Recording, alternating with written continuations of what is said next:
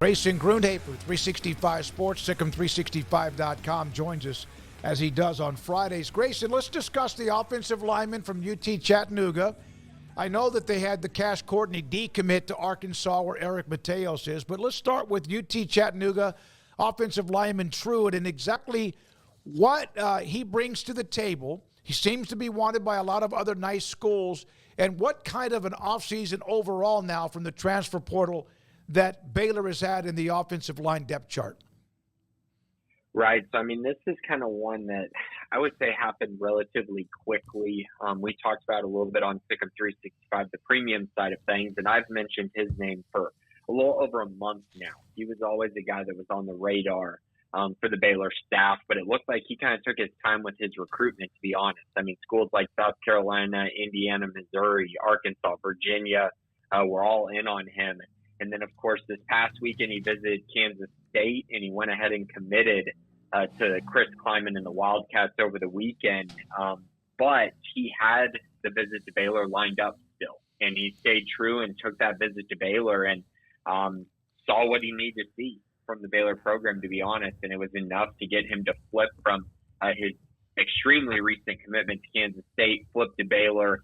And it's really big for Baylor, I think, as far as what they're trying to build on the offensive line. It's an area they've addressed heavily through the transfer portal, receiving commitments from Omar Igbedian, Kurt Daniker, Colton Thomason, Sidney Fugar, and now Colin Truett. So they've really spent a lot of scholarship spots on that position, and they're really trying to really anchor that group so that they can move the football next year. Now, Truett has played a lot of right tackle during his time at Chattanooga, but I think he's going to slide into guard for Baylor. He's about 6'3", 305 pounds, might be a little bit bigger than that.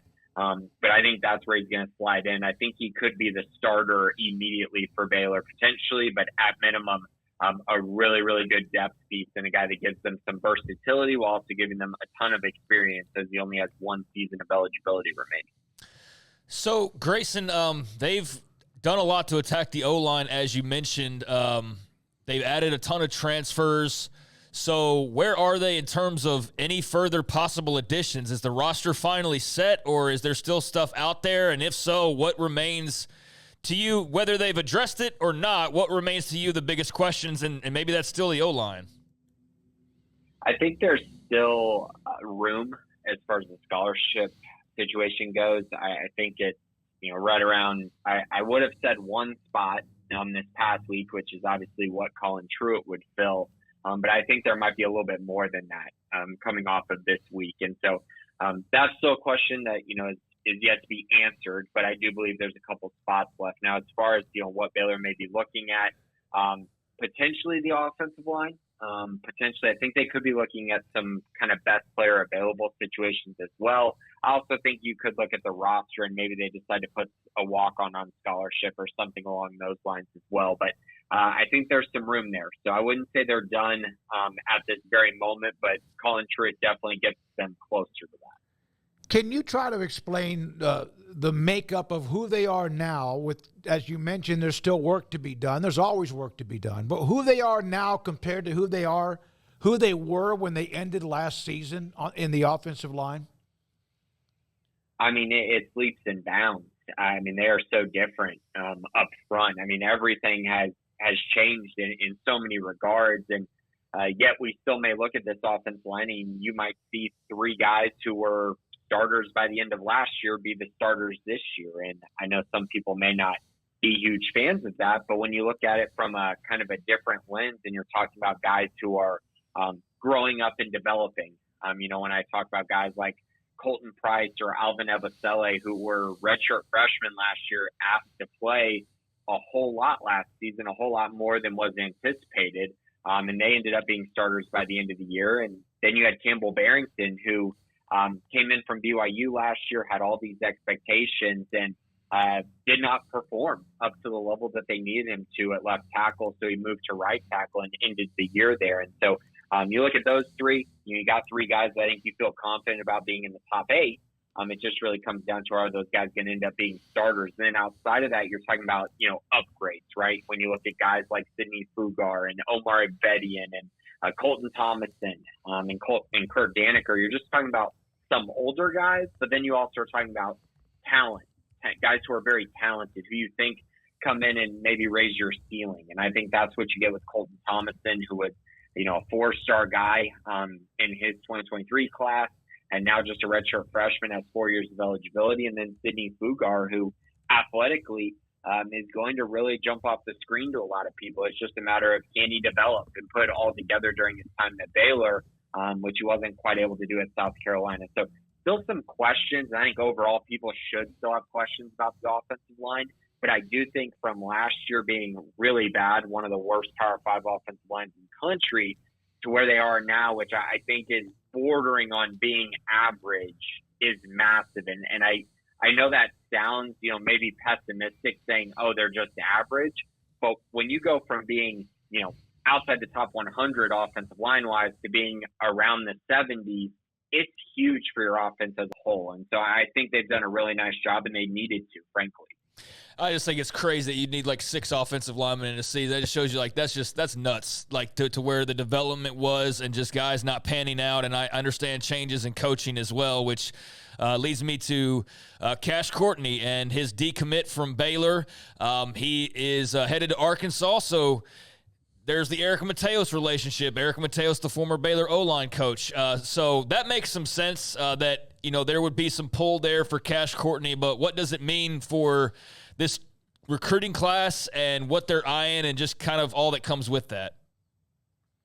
Right. So, Baylor's lost 3 offensive line commits in this class at one point or another. And, that just speaks to the fact that they've had 3 offensive line coaches in 6 months.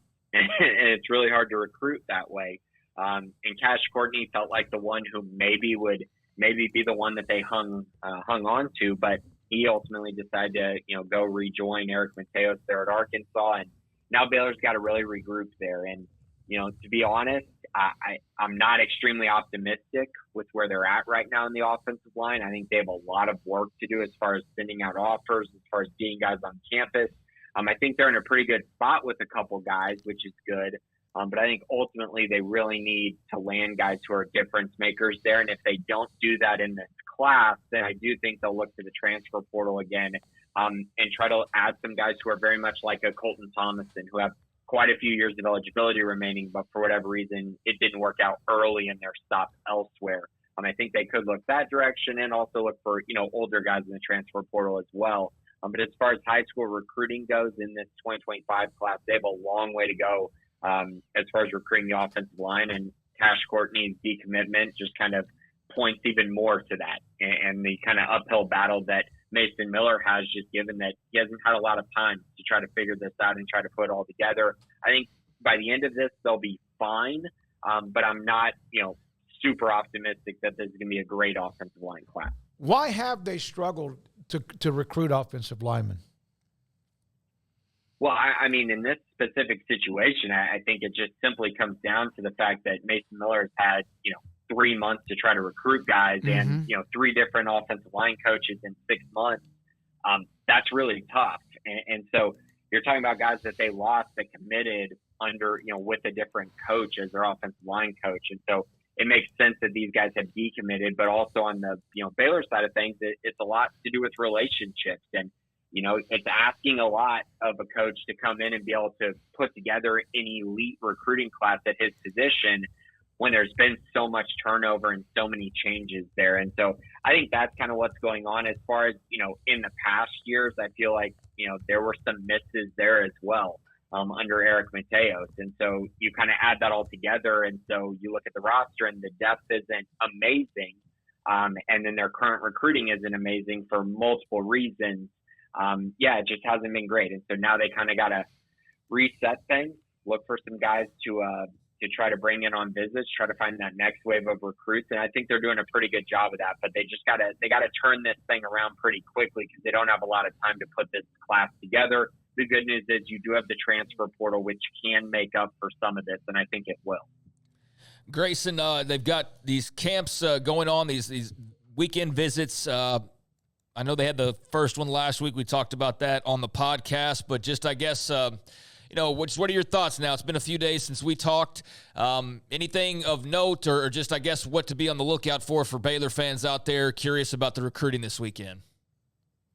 So there's a few things kind of going on, I would say. I think Baylor's going to actually add their first commit in the 2026 class pretty soon, if not today. So I think they're on the verge of kind of getting that class rolling as well, even though we're a long way away from that, final signing day for the 2026 class. But getting started there would be a huge step in a good direction, I think, for Baylor. Now, as far as visits go, last weekend they landed one commit off of the visits, and that was Chase Collier, the wide receiver out of Florida. Got him locked in. He becomes the second wide receiver commit in the class. And then you kind of look at the rest of the guys who visited, and a lot of them have decisions coming up. Klein Collins, linebacker, Trent Spence, he announced that he's going to be making his decision on Monday, and I think that'll be coming off of a visit to Cal. But I feel pretty good about Baylor's chances there to land a really athletic and a really good fit at linebacker. So that's kind of something to keep an eye on going towards Monday. Outside of that, you got all these guys are basically looking to make decisions at the end of June or the beginning of July for the most part. So you look at guys like Sheldon Rice, Bryson Weber, Jaden Sanders, Caleb Burns. These are guys that are high profile. Guys who Baylor's been recruiting really heavily, and they're going to be making decisions really soon. And then you turn over to this upcoming weekend, and it's very much the same thing.